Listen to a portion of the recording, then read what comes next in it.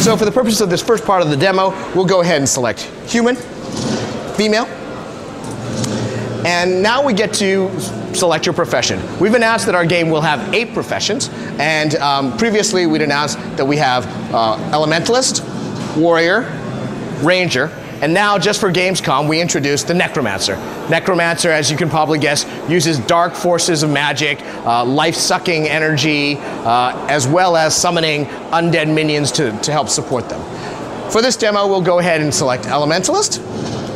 And here we're at a character customization screen.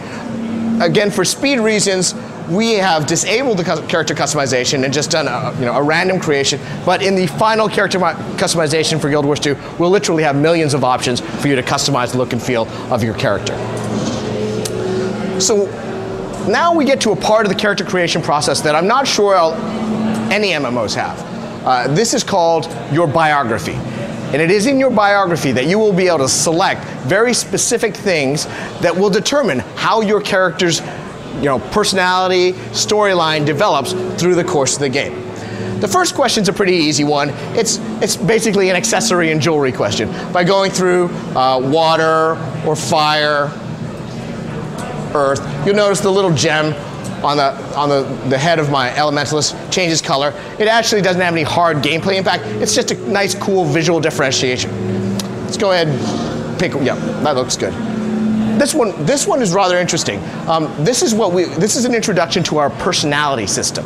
I talked a little bit about having personal story be a much bigger part of the game. We call it kind of putting the RPG back into MMORPG, and this is an example of how we're doing that. Your personality system has a number of ways to measure it. The 3 initial ones are you can interact charmingly, with dignity, or ferociously. Depending how you choose that, this is your initial disposition in the game. Somebody who becomes particularly ferocious in his interactions with NPCs. For example, as he walks through the city, children may run screaming from him, in fear. Whereas if you're someone who's particularly charming, children may run up and follow you and sing your praises as you walk through the city. Likewise, as you have conversations with NPCs, depending on what your personality is, will open up different conversation trees and different ways to interact with people. For example, someone who's particularly ferocious may have an opportunity to end a conversation by punching the NPC in the face. So let's go ahead and pick ferocious, just for fun.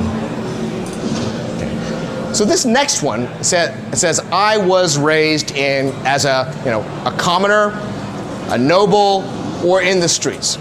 This has a very immediate impact on how your story of the world will start. If, for example, by common folk, I will have friends who are kind of what we'd call, blue-collar workers, salt-of-the-earth friends.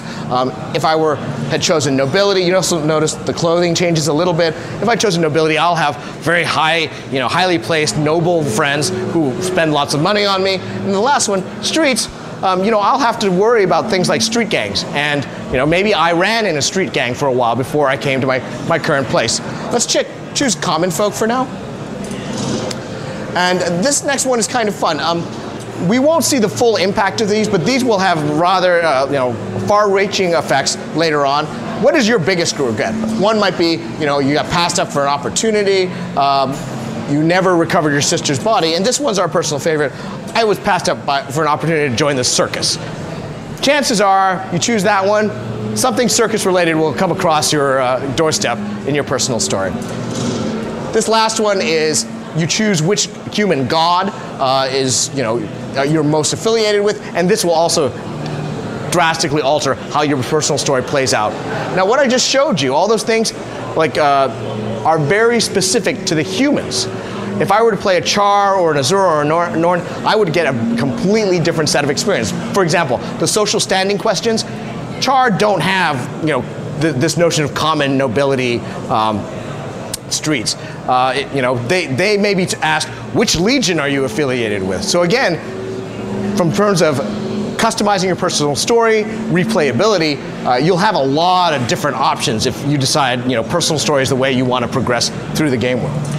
So go ahead, you'll see what happens here is we've a couple of paragraphs, we've summarized all the choices that you've made. This is effectively the beginning of your biography. This is the beginning of your story.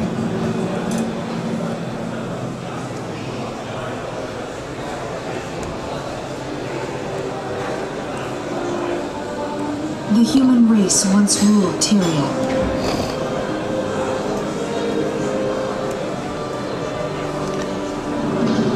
So what you're seeing here Now we struggle to hold our ground. is the painterly, hand-drawn, illustrated concept art that we're famous for in ArenaNet. We've integrated these into our cinematics Not surrender. to give this feel of grandeur. Nations have fallen. Only Christ still stands. Our faith is strong, despite the silence of the six gods. With courage, we'll make our stand in divinity's reach. So now at this point, the cinematic actually branches based on the choices you made The city is my home. and tell you that I was born to common folk. Born to common As folk. one among many. My friends and I don't seek attention or glory. It's hard enough making ends meet. But I believe we can still shape a brighter world out of the ashes of the past. Today, I stepped outside of divinity's reach to see the world. But when I arrived in Shane, the town was under siege by centaurs.